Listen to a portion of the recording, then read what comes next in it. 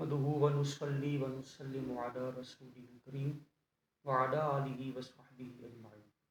السلام علیکم ورحمۃ اللہ وبرکاتہ۔ محترم ناظرین، 13 رجب المرجب مولا کائنات فاتح خیبر حضرت علی المرتضیٰ شرع خدا کرم اللہ تعالی وجہہ الکریم کا یوم ولادت ہے۔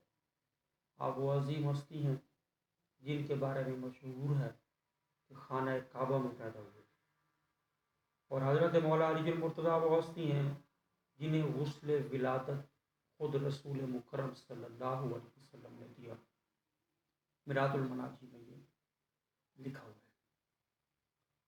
حضرت علی المرتضیٰ وہ ہستی ہیں جن کی پرورش بھی میرے آقا محمد مصطفیٰ صلی اللہ علیہ وسلم نے فرمائی۔ خلیفہ چہارم چوتھے خلیفہ برحق ہیں۔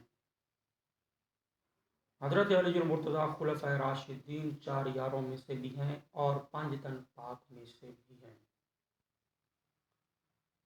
حضرت داتا گنج بخش علی حجویری نے کشف المحجوب شریف میں لکھا ہے، نقل فرمایا ہے کہ حضرت علی المرتضیٰ کرم اللہ تعالی وجہ الکریم سے کسی نے عرض کیا کہ مجھے کوئی وصیت فرمائے، تو حضرت نے اسے وصیت فرمائی، لا تجعل اکبر شغلک باہلک وولد، اپنے گھر اور اولاد کو سب سے بڑا مشغولیت نہ بناؤ۔ یعنی گھر میں اولاد میں اتنے مشغول نہ ہو جاؤ، بہت زیادہ ہی مشغول نہ ہو جاؤ، کیونکہ اگر تیرے گھر والے اللہ تعالیٰ کے دوست ہوں گے تو اللہ اپنے دوستوں کا نگہبان ہے، ان کو ضائع نہیں کرتا، اور اگر معاذ اللہ وہ اللہ تعالیٰ کے دشمن ہوں گے تو تیرا اللہ کے دشمنوں سے کیا اثر ہوگا۔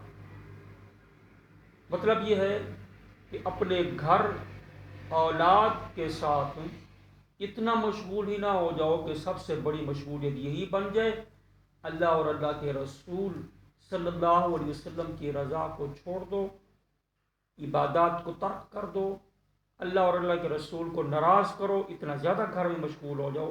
ایسا نہ کرو۔ ہاں، گھر والوں کے حقوق ہیں وہ پورے کرو، مگر اتنی زیادہ مشغول نہ ہو جاؤ۔ اور یہ حضرت علی کی ایک وصیت، سوچ رہے ہوں گے کہ حضرت علی کرم اللہ وجہ الکریم نے یہ وصیت کیوں فرمائی؟ کیا ایسا کسی اور نے بھی کہا یا کیا ہے؟ جی ہاں، اللہ کی رضا و تسلیم کے حوالے سے انبیاء کرام نے بھی اپنے اہل و عیال پر ترجیح دی اللہ کی رضا و تسلیم کو۔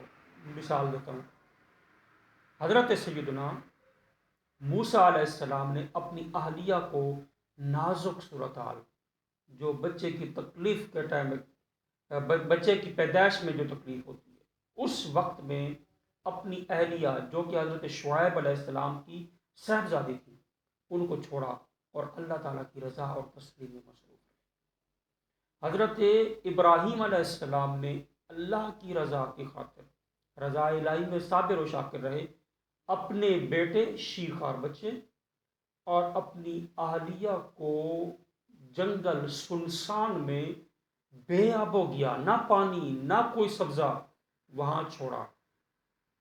یہ اللہ تعالیٰ کے پیارے بندوں کا طریقہ رہا ہے کہ اللہ کی رضا کی خاطر وہ اپنے اہل و عیال کو چھوڑ سکتے ہیں اور اپنے اہل و عیال کو بھول سکتے ہیں، رب کی رضا کو مقدم رکھتے ہیں، مد نظر رکھتے ہیں۔